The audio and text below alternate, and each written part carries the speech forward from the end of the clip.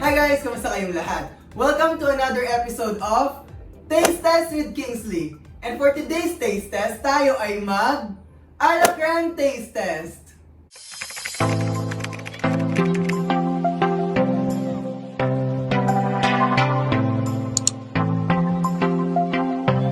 Yes, sobrang excited na nga ako para sa ating taste test na to, kaya naman I think start na tayo.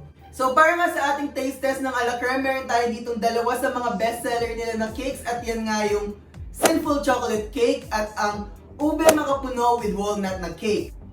Kung nakikita ninyo yung Sinful chocolate nila, meron din siyang barricade kagaya nung video natin ng tres leches, and nabanggit ko doon na gagawan nga rin natin ng taste test ang ating Sinful chocolate cake, kaya eto na, kaya sobrang excited na ako. And according naman sa website nila and sa owner, yung Sinful chocolate daw is a parang brownie cake, like meron siyang 2 layers ng brownie cake, and then yung feeling niya parang chocolate mousse and with a hint of parang rum, kaya sobrang nakaka-excite yung flavor niya, diba? And dito naman sa toppings niya, parang ginamit daw nila is chocolate fudge, kaya lahat ng hanap mo sa isang chocolate cake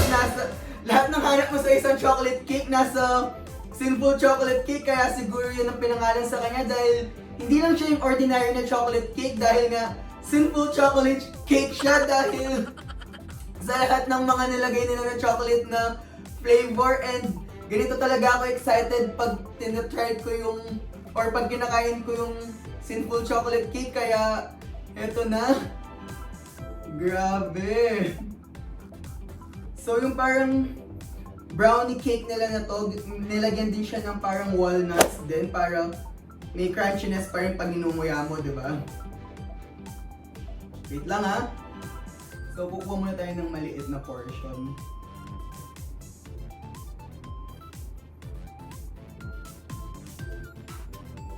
Oops! Sobrang excited na ako, promise. Kanina pa ako naglalaway. So kung nakikita nga ninyo, wait lang. Ganito yung itsura ng Sinful chocolate cake. Lalagay ko lang siya sa plate. So kung nakikita nga ninyo, ganyan yung itsura ng Sinful chocolate cake ng Creme, and yan nga yung feeling na chocolate mousse, diba? Sobrang dami, and mas nakaka-excite yung flavor niya dahil nga ginamitan din siya ng rum, like naglagay sila ng hint of rum. And then yan nga yung parang chocolate niya na harang, like yung parang barricade, meron siyang nakalagay na Creme, and yung, I think yung logo nila yan. And then yung nilagay naman nga nila sa toppings is yung chocolate fudge. So try na nga natin yung Sinful chocolate cake ng Creme. Ito yung best seller nila since 2001, like since nung nag-open sila ng first branch nila sa May Angeles. So try na nga natin siya.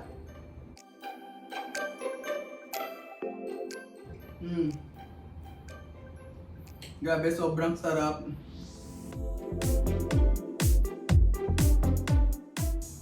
Promise, di talaga siya nakakaumay dahil nga kahit iba-ibang chocolates yung ginamit nila, like yung sa toppings na yung chocolate fudge, and then yung feeling niya yung chocolate mousse, and then yung brownie na cake. Promise, hindi siya nakakaumay.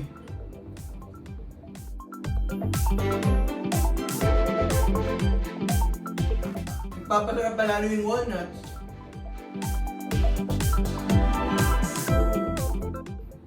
Grabe yung chocolate mousse, diba?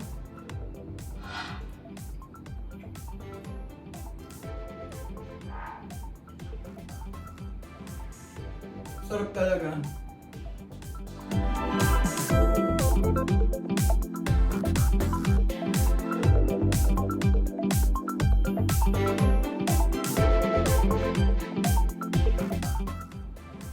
Promise, hindi talaga nagbabago yung lasa niya.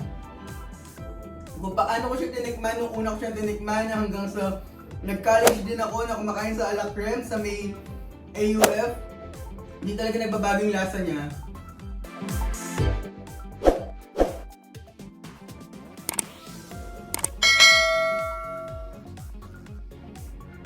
yung chocolate bar. Or parang chocolate na bakod. Alam nyo ba?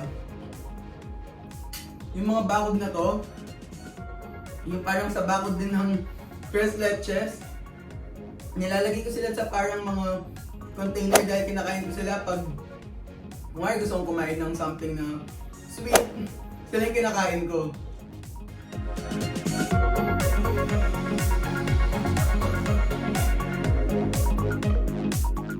So bago nga pala tayo mag-proceed dito sa ating ube macapuno with walnut na cake, alam niyo ba na gumagawa rin sila ng mga customized toppers? Like, for example, may birthday sa inyo or may wedding, pwede kang magpagawa ng mga customized toppers na ganito. Like, papakita ko sa inyo kung ano yung itsura nila.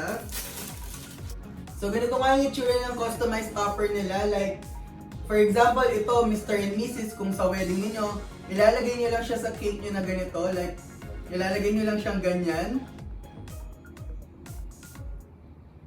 And then, for example, birthday naman. Dito meron tayong sample na birthday ni Ann. So, happy birthday, Ann!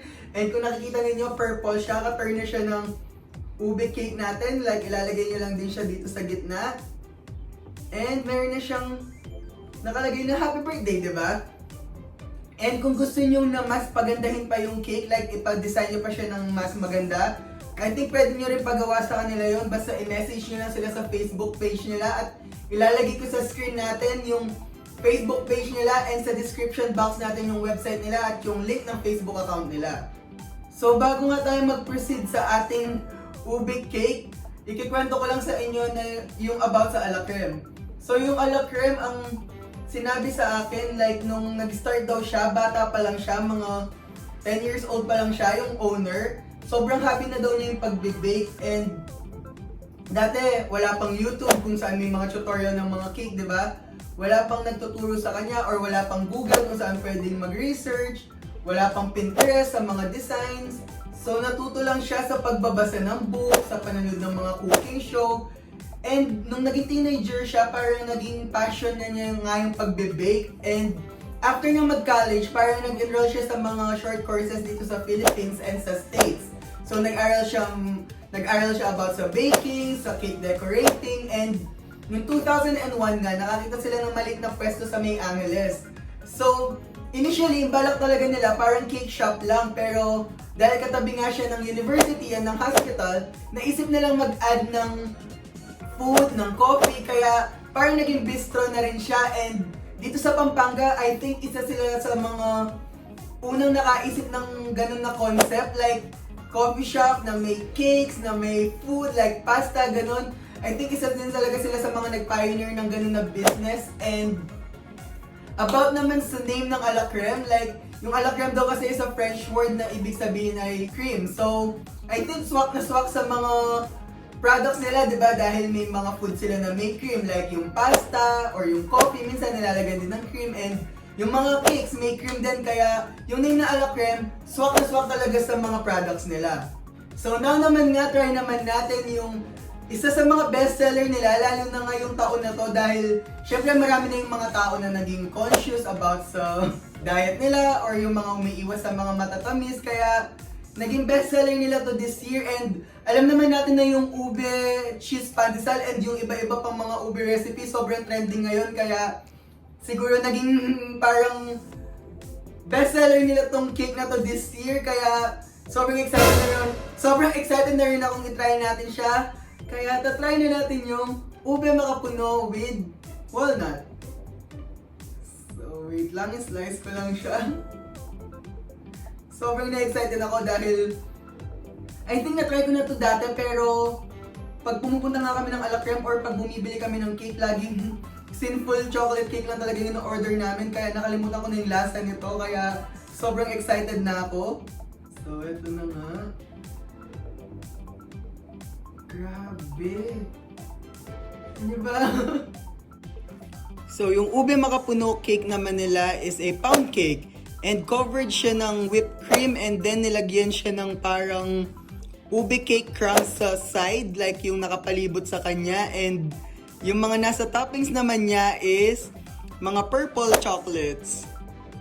So yung ube cake nila na to, like, nirelease din nila kasabay ng Sinful chocolate cake ng 2001, and hindi lang nila to ginawa dahil sobrang trending ng mga ube-ube ngayon, pero matagal na rin talaga nilang recipe to, kaya sobrang excited na rin akong itry natin siya.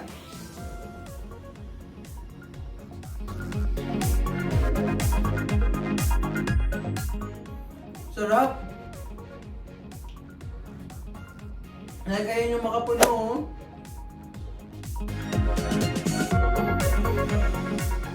Hindi siya tinipid sa Macapuno, guys, promise. And then, ang sarap pa nitong parang feeling niya. Sorry, sobrang takaw ko ba? Try naman natin ngayon dito yung sa toppings nila na purple chocolate.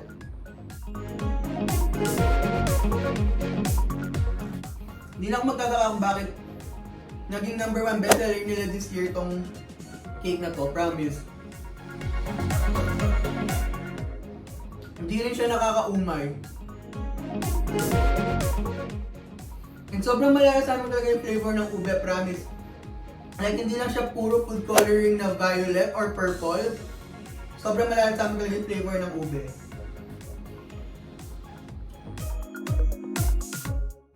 Promise, kahit sina mami daddy ko magugustuhan nila to dahil hindi siya ganun katamis. Kahit ako gusto ko siya, promise. So yun na nga, as promised dun sa tres leches cake natin na gagawin natin ng taste test yung Sinful chocolate cake nila. Guys, ito na, nagawa na natin, and dahil sa Creme, hindi lang yung Sinful chocolate cake yung nagawa natin ng taste test, kung hindi pati yung ube Macapuno with walnut cake nila. Kaya super duper thanks sa Creme for giving me these cakes para i-taste test ko sila, and thank you din sa inyo dahil sa patuloy ninyong paggawa ng mga cakes kahit na may pandemic. At least yung mga tao, kahit nasa bahay lang sila, nakakapag-celebrate pa rin sila ng birthday nila or anniversary, or kahit simpleng celebration lang, nakakapag-celebrate pa rin sila ng may cake dahil nga sa inyo. Kaya sana patuloy pa rin kayong gumawa ng mga quality cakes, hindi lang dito sa mga tao sa Pampanga, kung hindi sa mga kalapit na lugar din natin. So, ang masasabi ko lang sa Creme taste test natin, super duper nag-enjoy ako dahil alam nyo naman lately sobrang nag-enjoy ako or nawili ako sa mga cakes, and yung Creme wala talaga akong masabi dahil I think sila talaga yung parang creme de la creme pagdating sa mga cakes dito sa ating lugar, dito sa province natin, dito sa Pampanga, and isa talaga sila sa mga nagbibigay ng mga quality pero affordable na cake sa mga Kapampangan. So kung kagaya ko kayong nag-enjoy and nag-crave kayo dahil sa video na to, dahil nga sa mga favorite natin ng cakes ng Creme, like yung Sinful chocolate cake and yung ube Macapuno with walnut cake nila, ilalagay ko ulit yung Facebook page nila dito para makapag-inquire kayo kung magkano yung mga cakes nila and kung ano ba yung mga flavor na ino-offer nila. And alam ko kasi yung mga cakes nila may iba-ibang sizes, like meron sila yung regular size na cake, and then meron sila yung mga mini, yung mga nandito nga, and alam ko meron din sila ng mga nasa tin cans. So, might as well i-visit nyo na lang yung Facebook page nila. So, kung nag-enjoy nga kayo habang pinapanood nyo kung ginagawa natin yung taste test na to, please don't forget to give this video a thumbs up and please share it to your friends para mapanood din nila. Sana patuloy nyo pa rin akong supportahan at panoorin yung mga susunod na i-upload ko na vlogs. Muli, ako si Kingsley, ang yung kapagutom na nagsasabing wag na wag magpapagutom. Hanggang sa susunod na vlog! Bye!